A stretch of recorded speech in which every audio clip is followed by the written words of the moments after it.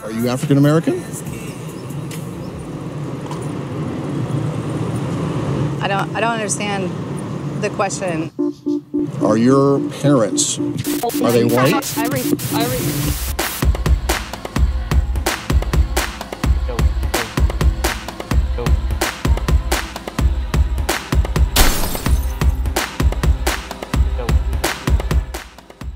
Thank you for tuning in to another episode of Parallel Realities. I'm McMath here with my brother, Dr. Cleo Manago. And today we're going to talk about a fantastic documentary film, or maybe not fantastic, depending on what we say here, The Rachel Divide. I believe that her story was more nuanced than I originally believed that it was, and there was a lot of stuff in the film to unpack, so we'll try to do that for you in the short amount of time that we have. Well, I have to say that I didn't plan on watching this movie. I'm in the midst of a boycott of sorts of Netflix, inspired by a female comedian who will remain nameless, even though some of you guys know who she is. But separate from that, even if I wasn't even tripping off of that, I was not interested in Rachel Dolezal's story.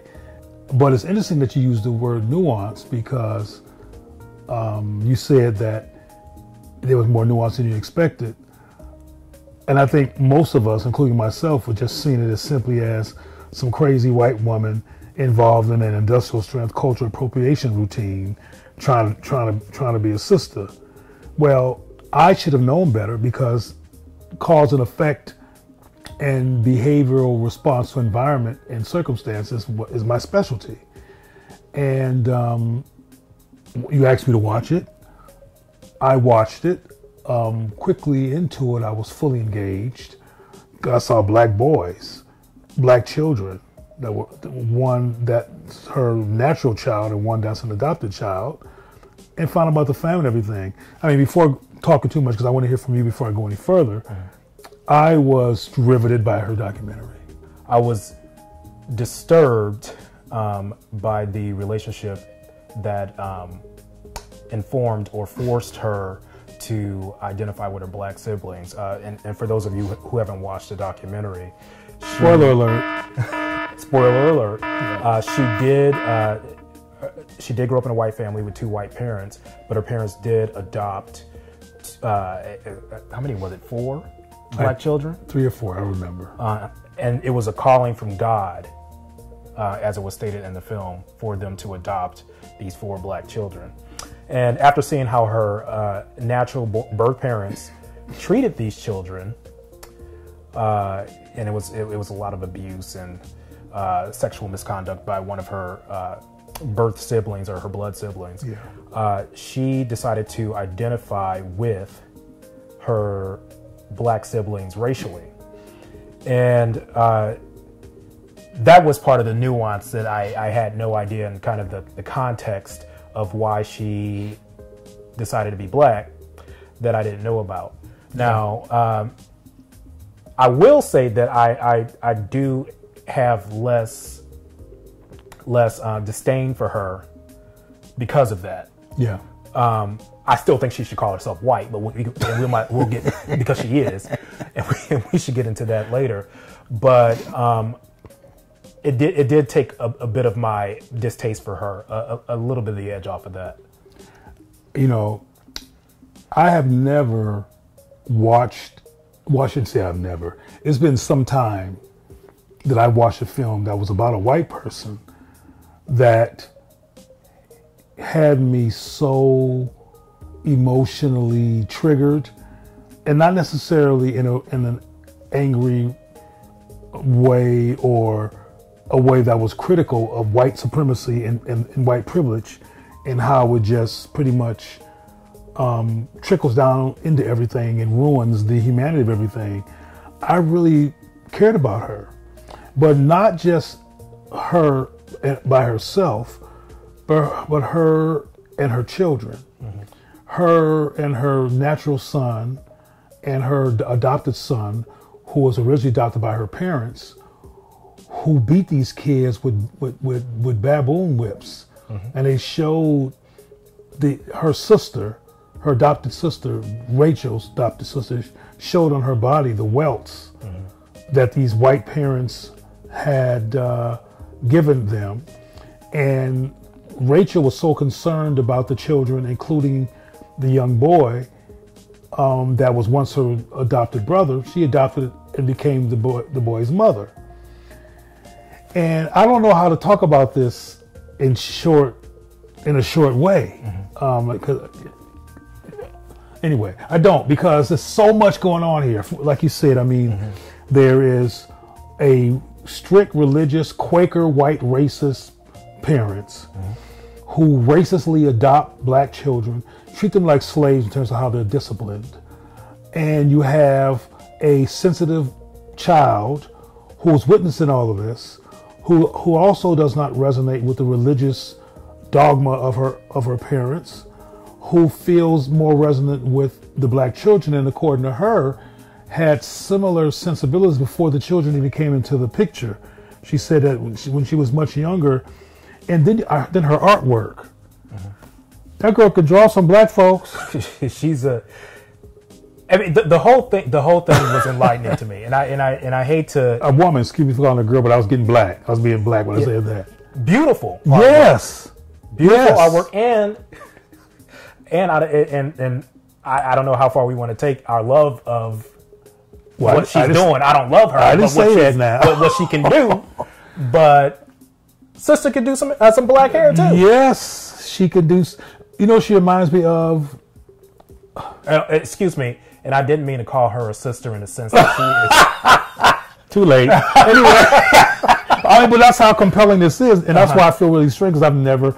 The last time I had a similar sensibility around somebody white was when I met Tina Marie. I don't know if you remember her. Yeah. But to make a long story short, many years ago, when Tina was clearly alive and quite successful at the time, I was a musician once upon a time, and I was working with a keyboard player that was also on tour with Tina. And the keyboard player, who also is a woman, brought me to the rehearsal, and it was nobody but black folks. Tina walks in. Now, I've seen contrived white folks. I can't think of anybody named now. Marky Mark, when he was with the Funky Bunch, was real contrived, and Vanilla Ice was very contrived. It wasn't nothing contrived about Tina Marie.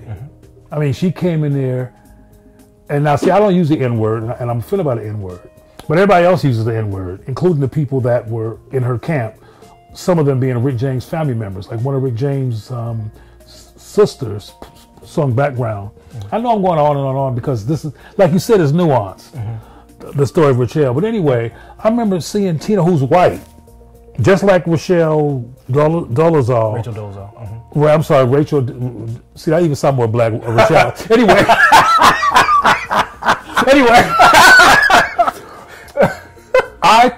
It was like a sister walked in the room. I'm sorry. I mean, the way Tina Marie walked, her interaction with the black folks, her style, it wasn't contrived at all. Her music, her expression, her delivery, she has a white woman's vocal box. So to me, she sounded, in terms of her tonation of her voice, she sounded like a white person. But because she can't control her physical, but she was essentially quite black. And I thought of her a few times when I heard Rachel, not Rachel. What's the sister, the singer? Rachel Ferrell. Not her. It's not. It's Rachel. And that sister could sing. Yeah, but anyway, we digress. Anyway, so the point is that I kept thinking about Tina Marie because even though Rachel was white, it is white, she loved her children. There's so many places I can go. Like I had a light-skinned black friend who had two light-skinned parents who like black people and black men, but black men always dated her because she was light-skinned, and that bothered her because she felt like they were liking her because she looked closest to white, which was true. Well, Rachel talked about her husband who did the same thing. A husband who was a black husband who was offended by her black interest and her black focus, and was with her because she was white, and told her to stop talking on that black stuff. And like you said, it gave more insight into Rachel that gave me a lot of compassion for Rachel in context with the children and in context of the kind of parents that she had. But one thing that's deep is that folks was hating her guts. Yeah. And I thought about Tina Marie again, but there's some nuance here and there's some differences. But I want to make sure people understand what I'm saying. Tina Marie, and there's a connection there, so bear with me.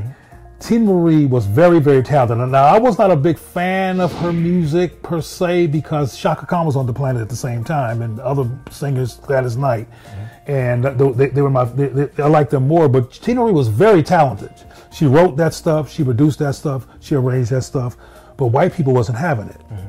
White people were bothered by the fact that she would sing songs and affirm Nikki Giovanni in her lyrics. She would affirm Chaka Khan in her lyrics. She would affirm, it was all about black affirmation. And in my opinion, that was why white folks said, nah, we don't care how talented she is. We ain't giving her no play. And she got no play. But because black people, it was in a context of black music, differently from Rachel, who was an NACP and got busted for wearing black hair, not really being black, that made black people angry, made black women angry. Tina didn't go through that because I think she came in from a context of music, and when she first put her album out, nobody could see her and everybody thought she was black. So my point to you is that I think that if Rachel came into this situation that was not the NACP, but through art, like maybe her paintings, she probably wouldn't have been hated so much. But she's hated, and I mean, she was being hated big time by black and white people. Yeah, and I was just going to say, I've never seen, and maybe you can give me context on somebody that's similar. I've never seen someone who's white that's hated by both black and white people almost equally. And I think but again, the story is unique, it's nuanced, and I feel sorry for, and I definitely feel sorry for her kids. Yeah. It was interesting that her young son was afraid to go into the barbershop, and she refused to go in because she knew she was going to. Well, not only did she refuse, the barbershop owner said, "Get from in front of my store." He didn't want to in front of the store. Yeah. Damn.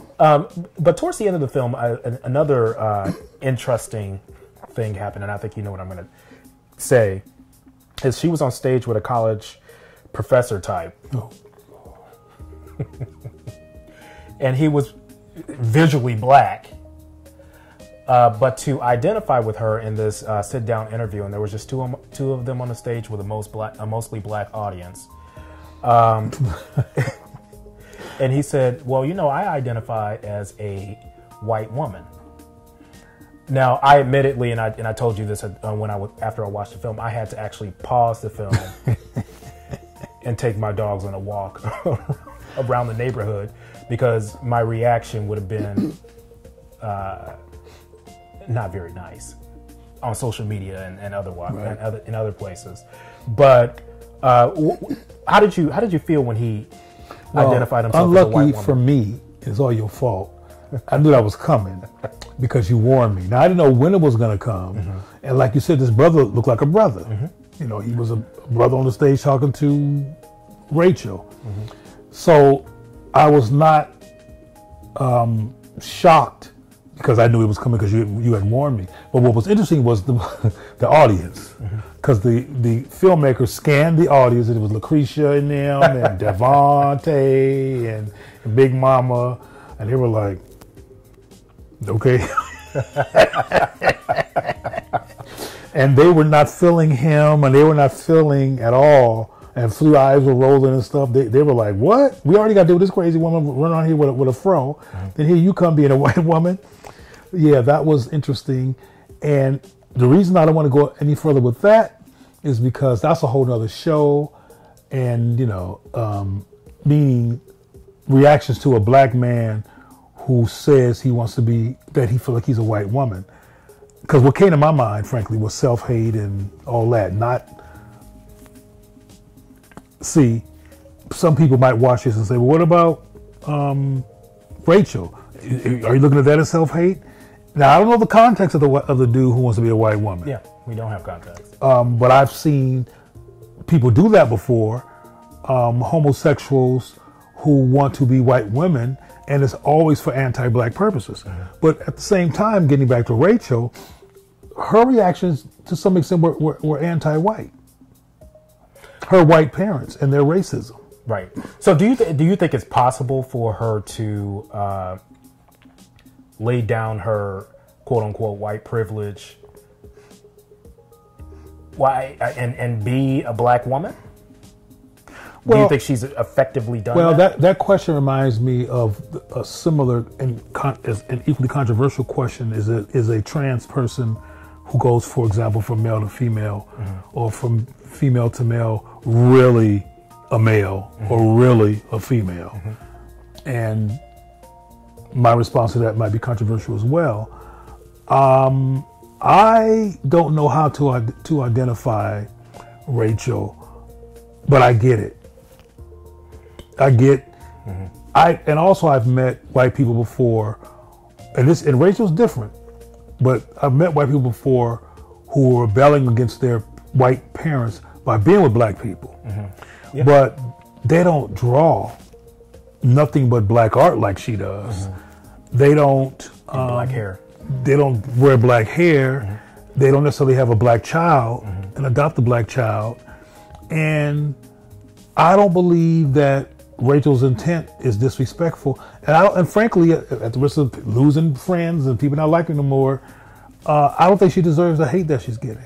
No, and I thought, and I knew that I was going to, quote unquote, care about her character in the film when one of her clients or one of her friends said, none of that means anything to me. I'm going to stick with her. And it was a sister, and she actually said at one point, all the stuff that that has happened over the last couple of years, she's not lost one hair client. And, I remember that. And someone that goes to barbers and salons and whatnot. If you continue to go to the same person, that person's almost your friend. So and it's an indictment if you leave that person. Yeah. So that said a lot about the people that are around her and the people that continue to stay around her. That said a lot about her character. But there's another issue that comes to mind. I remember when Eric Holder, who became the Attorney General under Obama, first came out the gate calling this country cowards when it came to the issue of dealing with race. That comes to mind because it's true what the Attorney General said. Another thing that Rachel kept saying is that race is a construct. And she quoted some black figure who says the state of mind, Dick Gregory, I think it was. And yeah, it's true that race is a construct, but we live in a present day white supremacist myth-based society where you can get killed because you're inside of the black construct. What I found fascinating about Rachel is that whenever she was confronted by black or white people about tripping, if you will, and trying to be black, she never ever got outrageously defensive. She's like, this is who I am. And like during the discussion with the brother who wanted to be a white woman, she was challenged by audience members who said, we have to deal with big booty issues and dark skin and white beauty standards, and you don't.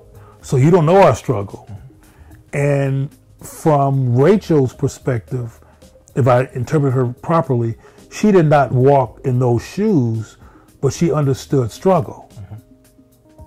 And from her perspective, struggle hurts, and I'm hurting too. And I'm also got black sons, black children, have had a black husband, and show up as black. And despite my whiteness, biologically, I'd rather have this experience than be white. And there's something to be said about, because at any moment about her, because at any moment she could just say, you know what, I'm white.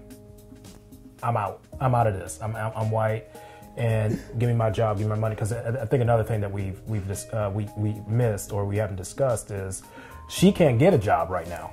Sounds very black to me. Which is totally the black experience. Yes. So, but and she could very easily tap out and say, you know what, I was wrong. I'm white.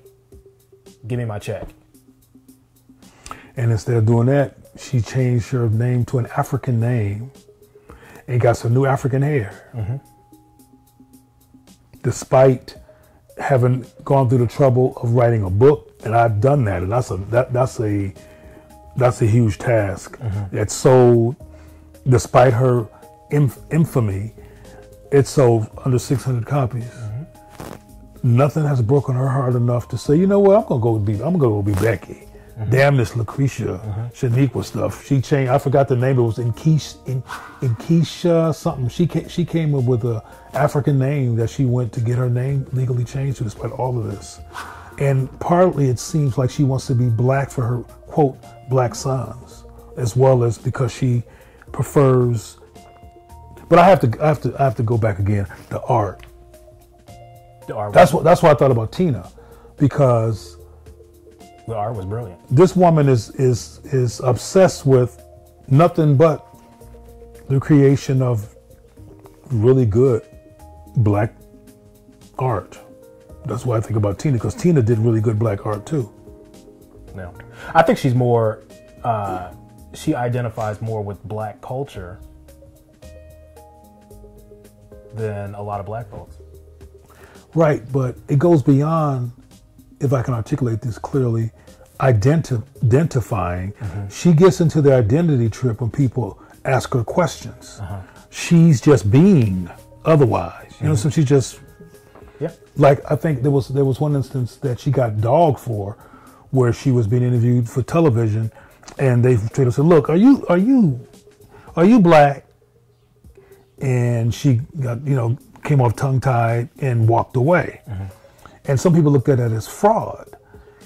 And I don't look at that any longer as fraud. I look at that as assuming that she can explain to this relatively adversarial media person in ways that would satisfy them, because they don't get it.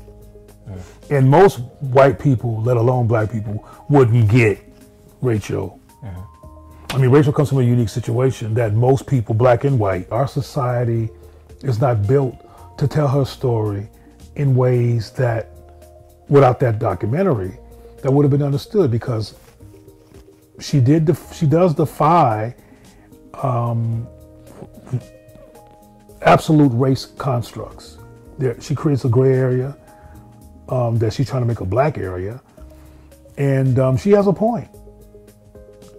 I don't see her as a black woman, but I didn't see Tina Marie as a black woman either. But Tina Marie, I'm sorry, I don't know if anybody else in the audience has met her, but I met Tina Marie. She's black. I remember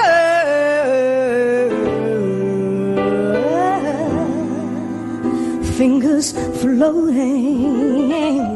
Play, baby. She be black.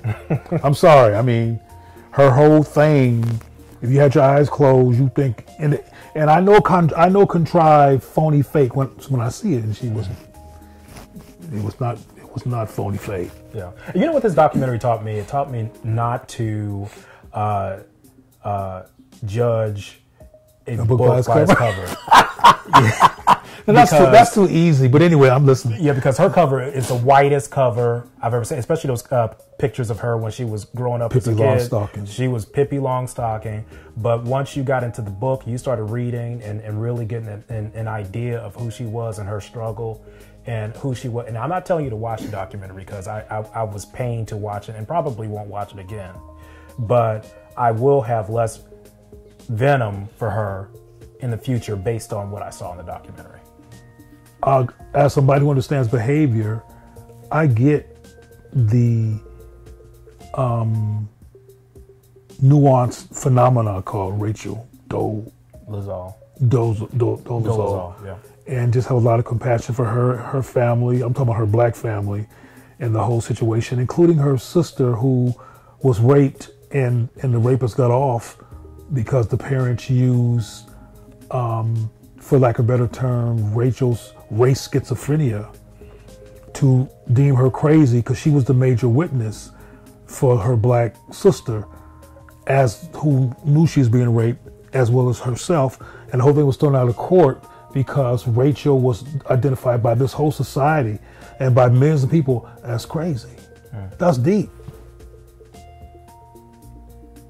That's deep to me. Again, I tell the audience, if you don't know, if you haven't watched it, watch it, and please comment below. Yeah. Please comment below.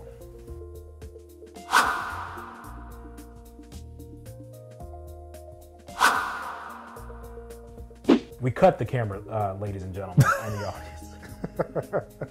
but we wanted to come back on because I mentioned to Cleo that I was surprised that he had a almost affirming perspective on Rachel and her story after watching the documentary. And the caveat to that statement is I'm surprised that I had the perspective on Rachel that I did after watching the movie too. So, but the first thing you said when I said, wait a minute, let's discuss this on camera, was you were surprised by me having compassion. Yeah. And I want to know why. Because you know,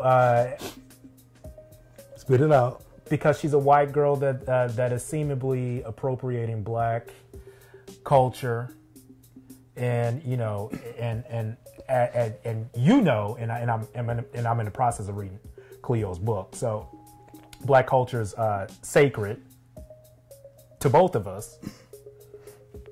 So I was kind of surprised that you were. Well, let me tell you the differences here. Justin Timberlake is appropriating black culture. He is. And drinking white supremacy water and wallowing in white privilege. Tina Marie rejected and embodied the rejection of whiteness, white supremacy. She couldn't stop talking about Nikki Giovanni and James Baldwin, and I don't think Justin Timberlake is chilling behind a Nikki Giovanni book. Well, I could tell you, Justin Timberlake probably don't know who Nikki Giovanni is. Exactly, okay, exactly. And getting back to Rachel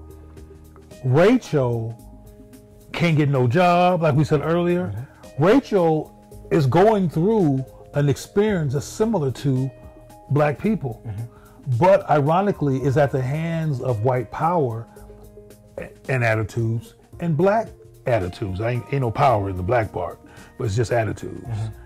And it's not simply appropriation this time. And can I say something to that end? And there was a spot in the film where she was applying for jobs, and when I could tell you, she never lost focus on what type of job that she was willing to take. African studies, Black studies, and that's what she was applying for. And you know, she read the rejections online, and we don't want you. And I'm sure there's plenty of universities that have white folks teaching those classes. Absolutely. But they didn't. But see, there's confusion about what she is and how she identifies. So they didn't want anything to do with, and they didn't want to be sensationalized by hiring Rachel, but they didn't want anything to do with her. But she's never lost focus on what she wants to do. Braid hair. She'll always braid hair.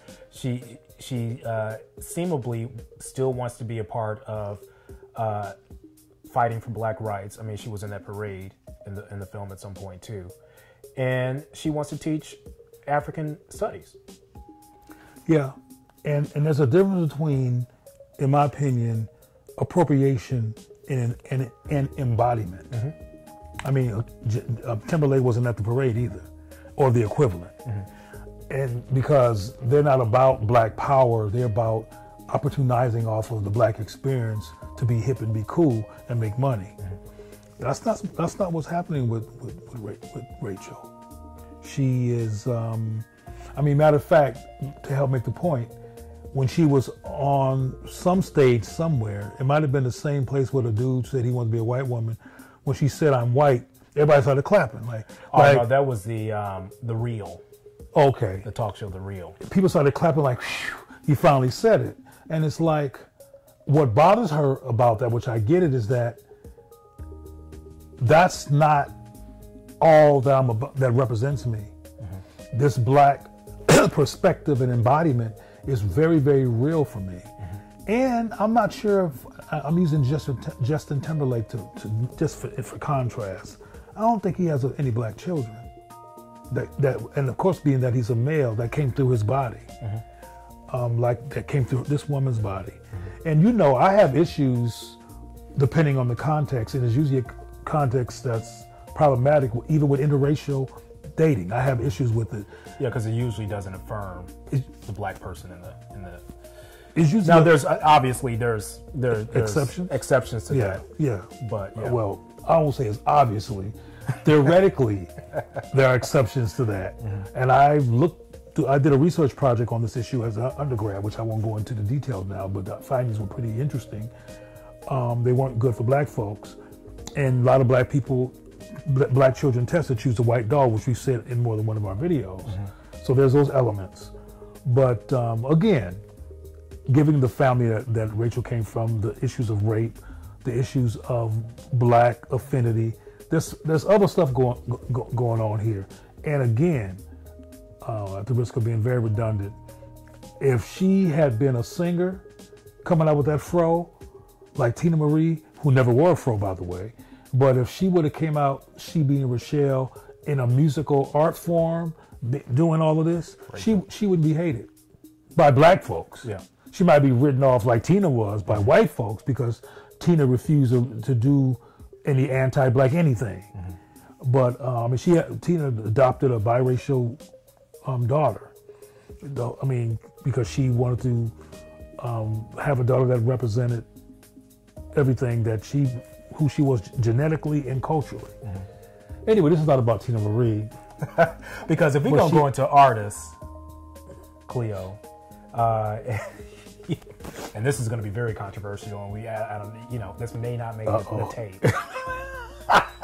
But I really, after watching this film, and I say this first, people need to watch the film and understand where she's coming from, or if you've gotten enough out of our commentary, then you'll understand what I'm going to say. But for black people to have the issue with Rachel that they have with her and not have an issue with all of these black artists, I'm not going to name any names, but there's very popular black artists that wear blonde wigs, that get their skin bleached and all kinds of stuff, and that's been happening for my entire lifetime.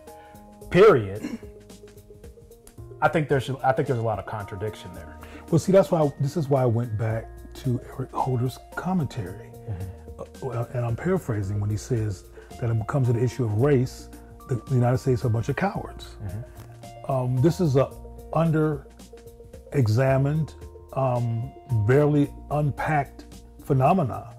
For example, if we actually were taught as children, regardless of so-called race constructs, that race is indeed a construct, and it's ridiculous for white people to be at the top of a fictitious construct, and everybody was taught that, so we could all be looking at each other as part of the human race and human continuum, we probably wouldn't be having this conversation. And that's why, because we don't have these conversations, people like Rachel, who's not being disrespectful, but who's also reacting to abusive whiteness or abusiveness embodied by white parents. There's just so much nuance here that would be easier to discuss if we weren't so indoctrinated with race constructs. And her whole point is, I'm not going to run around here adapting to what you need me to be as a white woman to fulfill your artificial reactionary construction needs. I'm going to be me. You understand what I'm saying? Oh yeah. So yeah, thank you for making me, because I sure wasn't gonna watch it, I have to admit. But thank you for inviting me to watch that film. I'm glad I saw it. I'm glad you saw it too. I'm actually happy that you. I thought you were gonna put up a fight. Well, you kind of did put up a fight. I did put up. I ain't watching that. but you watched it, and we both have a new perspective on. And I almost called her sister, but she ain't a sister. And for those of y'all who think I done sold out, I have not sold out. The essence of my perspective on Rachel is really the affirmation of Black people, the consideration of the human experience, and understanding the nuances of Rachel Dolezal's journey, and the Blackness of it, which includes children and siblings. Like you said, there's lots of nuance here. Yep. All right, thank you for letting us come back.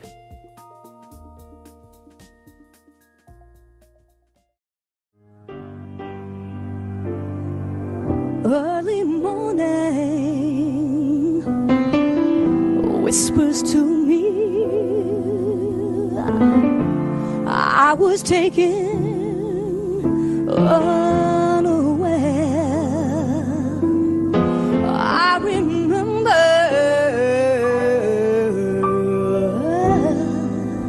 sunlight creeping in the window over there. The day had promised true love. Smiles awaken as we rise. Our golden slide.